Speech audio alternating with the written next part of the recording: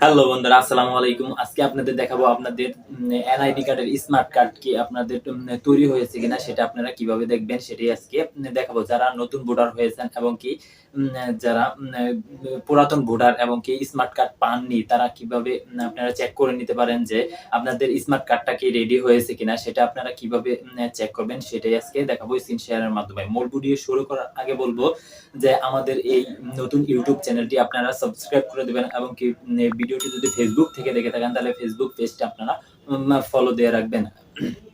উম সেজন্য আমরা প্রথমে একটি ব্রাউজার সিলেক্ট করব। ব্রাউজার সিলেক্ট করার পরে সেজন্য আমি ক্রোম ব্রাউজারে চলে গেলাম। ক্রোম ব্রাউজারে সার্চ অপশন পাবেন। সেই সার্চ অপশনে লিখবেন আপনি যে NID service, NID service. NID service লিখে এন্টার প্রেস করবেন। এনআইডি সার্ভিস লিখে এন্টার প্রেস করার পর এই যে প্রথম যে আপনাদের ওয়েবসাইটটা দেখাবে সেই ওয়েবসাইটে আপনি ক্লিক করবেন। একটু লোডিং হবে।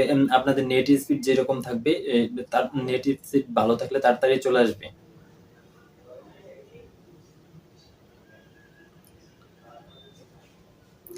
তারপরে এই ইন্টারফেসটা আপনার নতুন একটা ইন্টারফেসে নিয়ে যাবে। ইন্টারফেসে নিয়ে যাওয়ার পর এই যে এখানে দেখবেন যে আপনার এই যে আমি জুম করে দেখাচ্ছি এই যে এখানে দেখেন যে এই স্মার্ট কার্ড ট্রেডার্স এখানে ক্লিক করবেন। এখানে ক্লিক করার পর আপনার একটু লোডিং এই যে এইখানে দেখেন আপনি জাতীয় পরিচয়পত্র নম্বর এবং কি ফর্ম নম্বর।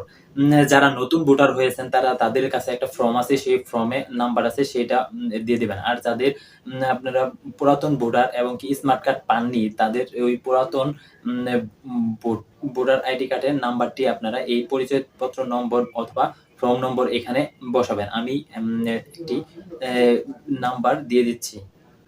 এই ক্যাপচার কোডটার নিচে এই যে ছবিতে প্রদর্শনী কোডটি প্রবেশ করান সেটা আপনারা এখানে ক্যাপচার কোডটি দিয়ে দিবেন। আমি দিয়ে দিচ্ছি।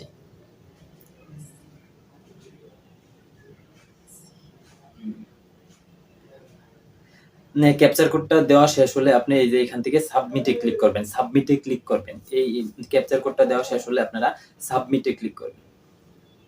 সাবমিটে ক্লিক করার পর এই যে একটু লোডিং হওয়ার পর এই যে দেখেন স্মার্ট কার্ডের কোনো তথ্য পাওয়া যায়নি। যদি এইটা মানে হলো আপনার চিন্তার কোনো কারণ নাই। এটা আরকি প্রক্রিয়াধীন আছে।